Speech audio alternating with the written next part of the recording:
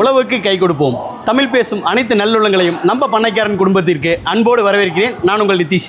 எப்பவுமே பார்த்தீங்க அப்படின்னா இந்த கோழி வளர்ப்பு சம்மந்தமான வீடியோக்கள் நம்ம சேனலில் தொடர்ந்து வந்துக்கிட்டே இருக்கும். நிறைய பேர் பார்த்தீங்கன்னா கோழி வளர்ப்பாளர்கள் நம்மளோட சேனலில் தொடர்ந்து பார்த்துட்டு இருக்கீங்க. நீங்கள் கொடுத்துட்ருக்க ஆதரவுக்கு ரொம்ப நன்றி. இன்றைக்கி பார்த்தீங்கன்னா கோழி வளர்ப்பு சம்மந்தமான ஒரு வீடியோவை தான் நம்ம பார்க்க போகிறோம். தம்ப்நெயில பார்த்துருப்பீங்க, உங்கள் எல்லாத்துக்குமே புரிஞ்சிருக்கும். என்னென்னு கேட்டிங்க அப்படின்னா கோழிகளுக்கு சரியான சத்தான ஒரு ப்ரோட்டீன் 100% ப்ரோட்டீன் கிடைக்கக்கூடிய ஒரு உணவு அப்படின்னு பார்த்தீங்க அப்படின்னா இந்த புழுக்களை தான் சொல்லாங்க. கரையான் உற்பத்தி பண்ணலாம், புழுக்கள் உற்பத்தி பண்ணலாம். இது எல்லாத்தையுமே நம்ம வீடுகளில் தோட்டங்கள்லேயே பண்ணி நம்ம கோழிகளுக்கு கொடுக்கலாம். ஆனால் பார்த்திங்கன்னா இது எவ்வளோ தூரம் சாத்தியம் அப்படின்னு ஒன்று இருக்குது. ஏன்னா ஒரு சில இடங்களில் கரையான் ஒரு சில டைமில் உற்பத்தி பண்ணதுக்கப்புறம் மறுபடியும் மேலே உற்பத்தி பண்ணவே முடியாது. அதே மாதிரி புழுக்கள் உற்பத்தி பண்ணுறது ஒரு பெரிய ப்ராசஸ், ஒரு 7 நாள் ப்ராசஸ் நம்ம பண்ணணும். இவ்வளோ விஷயங்கள் இருக்கா இதுக்கு பின்னாடி, இதை எப்படி செய்கிறது அப்படின்னு யோசிக்கிறவங்களுக்கான வீடியோ தாங்க இது. வீடியோ ஸ்கிப் பண்ணால் முழுமையாக பாருங்கள், உங்களுக்கு நிறைய விஷயங்கள் தெரிஞ்சுக்கலாம். ஏன் கை நிறையா பார்த்தீங்க அப்படின்னா உங்கள் கோழிகளுக்கு தேவையான சத்தான ஒரு ப்ரோட்டீன் உணவு கையில் இருக்குது. ஆமாங்க, பிஎஸ்எஃபோட லார்வா அந்த புழுக்கள் தான் நான் கையில் வச்சுருக்கேன். இப்படிப்பட்ட ஒரு 100% ப்ரோட்டீன் கிடைக்கக்கூடிய ஒரு உணவை உங்கள் கோழிகளுக்கு கொடுத்தீங்க அப்படின்னா உங்கள் கோழிகள் எவ்வளோ ஆரோக்கியமாக இருக்கும். இதை எப்படி வாங்குறது அப்படின்னு கேட்குறவங்களுக்காக தான் இந்த வீடியோ. நீங்கள் நம்ம சேனலுக்கு புதியவராக இருந்தீங்க அப்படின்னா மறக்காமல் சேனலை சப்ஸ்கிரைப் பண்ணிக்கிங்க. வீடியோக்கள் பிடிச்சிருந்தா லைக் பண்ணுங்கள், ஷேர் பண்ணுங்கள்.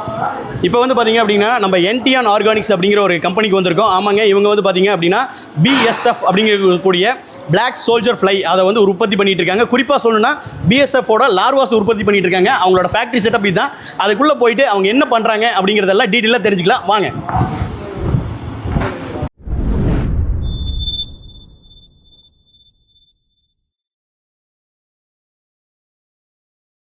அண்ணா வணக்கம். வணக்கம் சார், எப்படி இருக்கீங்க? நல்லா இருக்கேன் சார். நீங்கள் இங்கே நம்ம ஃபேக்ட்ரியில் பார்த்தீங்களா என்டியான் ஆர்கானிக்ஸில் என்னவா இருக்கிறீங்க?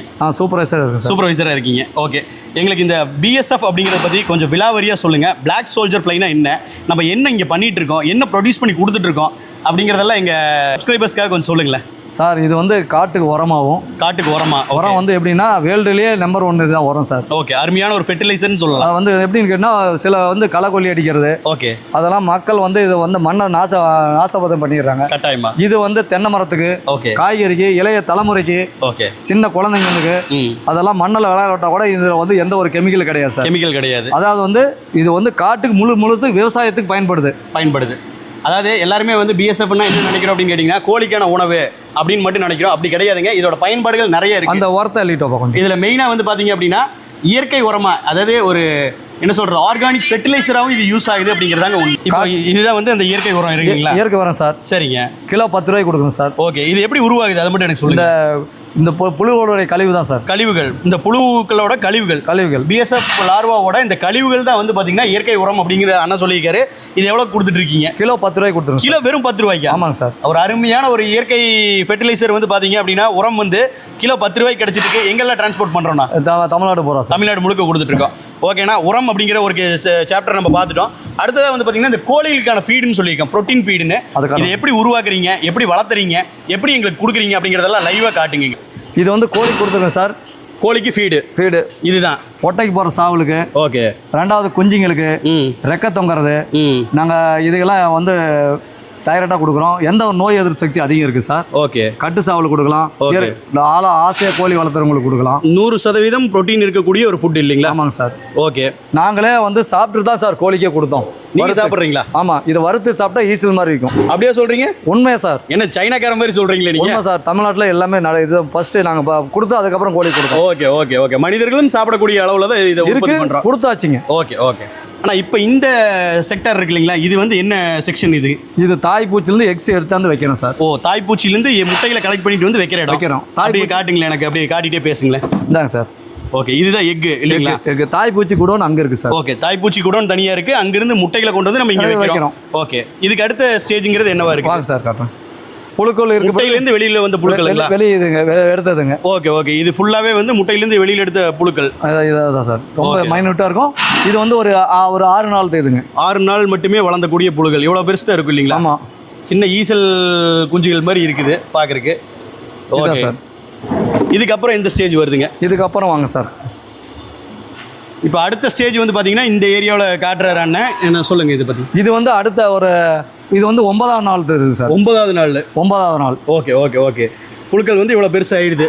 இப்போ வந்து இது ஃபீடோட இருக்குது இல்லைங்களா, அது சாப்பிடக்கூடிய உணவோட இருக்கு சார். ஆனா இப்போ இந்த லார்வா அப்படின்னு எடுத்துக்கிட்டோம்னா இதுக்கு என்ன விதமான ஃபீட் எல்லாம் நம்ம கொடுக்கலாம், என்ன மாதிரி சாப்பாடுகள்லாம் கொடுக்கலாம்? காய்கறி வேஸ்ட் நம்ம சாப்பிட்ற சாப்பாடு. ஓகே. அப்புறம் எதுக்கு அந்த பல வகை எதை வேணாலும் கொடுக்கலாம் சார். அதாவது இந்த அழியக்கூடிய என்ன ஒரு உணவுப் பொருள் இருந்தாலும் அதை வந்து நம்ம தீவனமா கொடுக்கலாம் சார். ஒரு 7 நாட்களுக்குள்ள மக்கி போகக்கூடிய பொருட்கள் எதை போட்டாலும் சாப்பிடும். Okay okay. மற்றது இந்த இது இதெல்லாம் போடக்கூடாது. ஓகே. போட்டு கோழி கொடுத்தா அதில் நோய். அதான் உணவுப் பொருள் எதனாலும் போடலாம். Okay okay. இது அடுத்த ஸ்டேஜுக்கு வந்துருது இல்லைங்க, இது வந்து அறுவடை சைஸ் சார். அறுவடை சீசன் இது. ஆமாங்க, இது வந்து வெளியில கொடுத்துடலாம். இந்த சைஸ் தான் நம்ம அறுவடை பண்றோம் இல்லைங்களா? ஆமாங்க சார். Okay okay okay.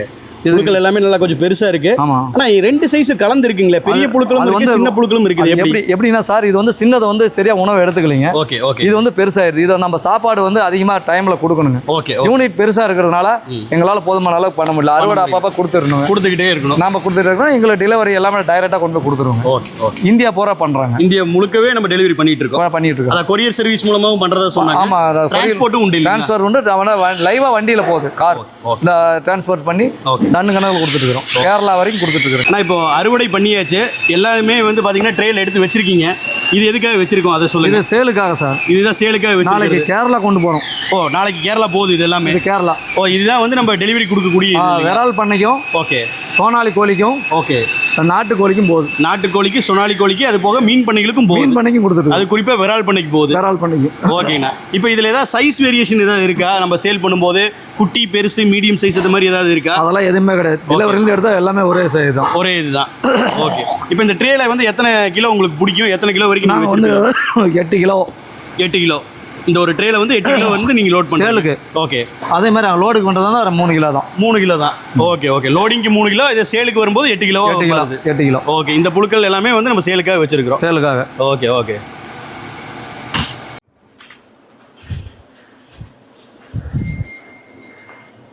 அண்ணா, இப்போ இந்த சேம்பர் இதுக்குள்ள, இந்த ஷெட்டுக்குள்ள என்ன வச்சிருக்கோம்? எல்லாம் இது மூடி வச்சிருக்கோமே.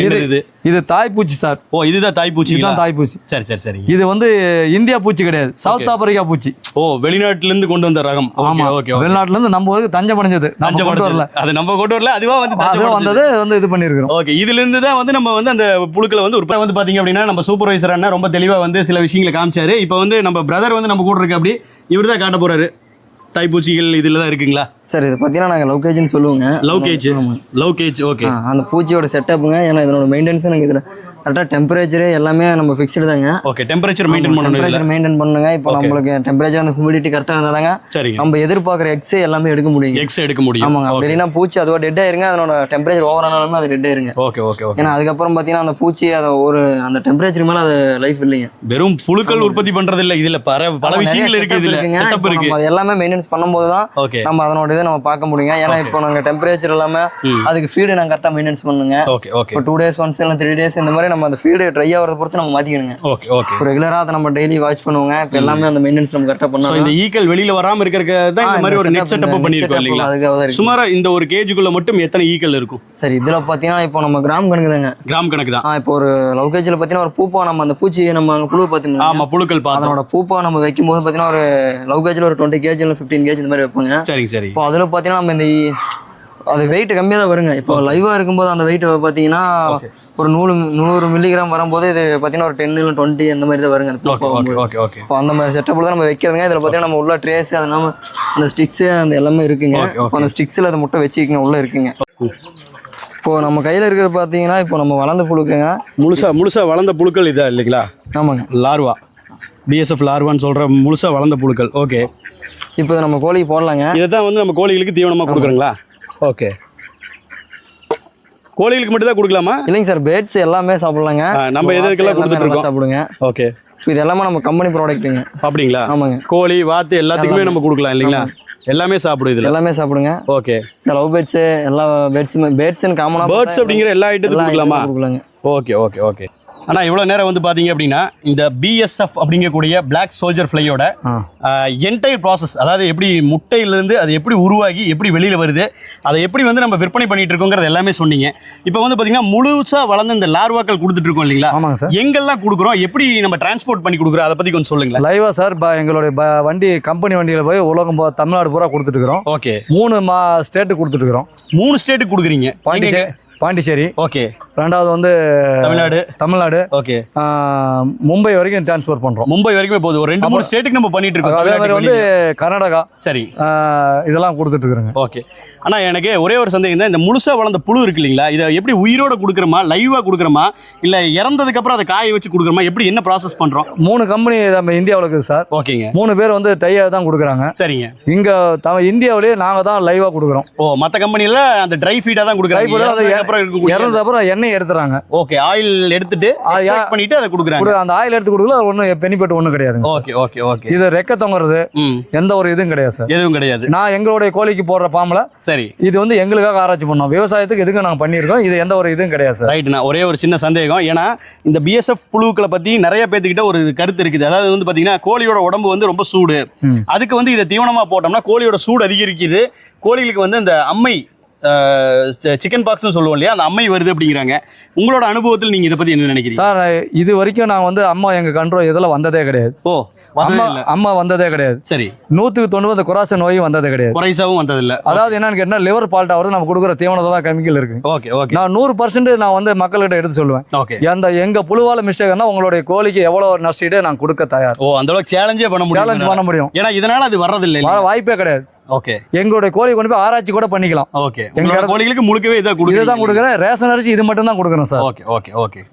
தீவனத்தோட இது ஒரு சைடு ஒரு தீவனமா நம்ம அதே மாதிரி வந்து நான் வந்து எங்களுடைய காட்டில் வளர பச்சை வகையை தான் கொடுத்துட்டு இருக்கோம் கோழி. இதனால எந்த ஒரு 100% சேலஞ்ச். சரி. இப்போ கோழிகளுக்கு மட்டும் தான் கொடுக்கலாமா, இல்ல வாத்து இல்ல வான்கோழி இந்த மாதிரி வேற கோழி இனங்களுக்கும் கொடுக்கலாமா? வாத்து உயிரில் உள்ள அனைத்து ஜீவராசியும் கொடுக்கலாம். ஓகே. மயில இருந்து வாத்துல இருந்து எல்லா குருவியில இருந்து எல்லாமே எங்களுக்கு சாப்பிடக்கூடிய பறவை இனங்கள் எல்லாத்துக்குமே கொடுக்கும். அணில் வரைக்கும் இதை சாப்பிடு சார். அணில் வரைக்குமே சாப்பிடுதுங்களா? ஆமா, கேரண்டியா பார்க்கலாம். Right right right. உணவு தீவனங்கள் கொடுக்கலாம். மற்ற காய்கறி எல்லாமே கோழி கொடுக்கணும்.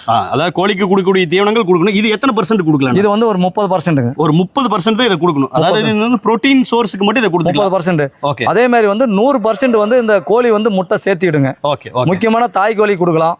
ரெண்டாவது என்னன்னு கேட்டீங்கன்னா அந்த கோழி முட்டை சேர்த்திடும். குஞ்சுகளுக்கு கொடுக்கலாங்களா? குஞ்சுகளுக்கு கொடுக்கலாம். ஆரோக்கியமா தான் இருக்குமா? பிறந்திருந்து கொடுக்கலாம். ரெக்கத்தவர கம்ப்ளீட்டா இருக்காது.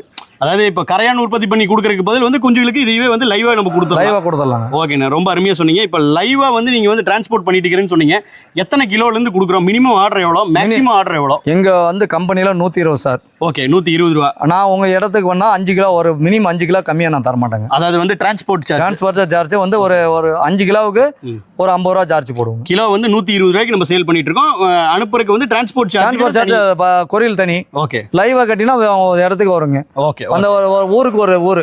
ஓகே. அதாவது மினிமம் ஆர்டர் குவான்டிட்டி, அதாவது இத்தனை கிலோல இருந்து தான் ஆரம்பிக்கிறோம். நம்ம பொள்ளாச்சி போனோமா அதுக்கு வந்து வர அவனாசில இருந்து கொடுத்துட்டு போயிட்டு வரோம். திருப்பதி போயிட்டு இருப்போங்க. அதாவது உங்களோட டிரான்ஸ்போர்ட் எங்கெல்லாம் போதோ அங்கெல்லாம் நம்ம கொடுப்போம். எப்படி 1 கிலோ கேட்டாலும் கிடைக்குங்களா? 1 கிலோ கேட்டாலும் தருவோம். ஓகே. மேக்ஸிமம் எவ்வளவு கொடுப்பீங்க? எத்தனை கிலோ வரைக்கும் நம்ம? நான் மேக்ஸிமம் 1 டன் வரைக்கும் இருக்கு. 1 டன் வரைக்குமே கொடுக்க முடியும். அவ்வளவு உற்பத்தி ஆகுது இல்லையா?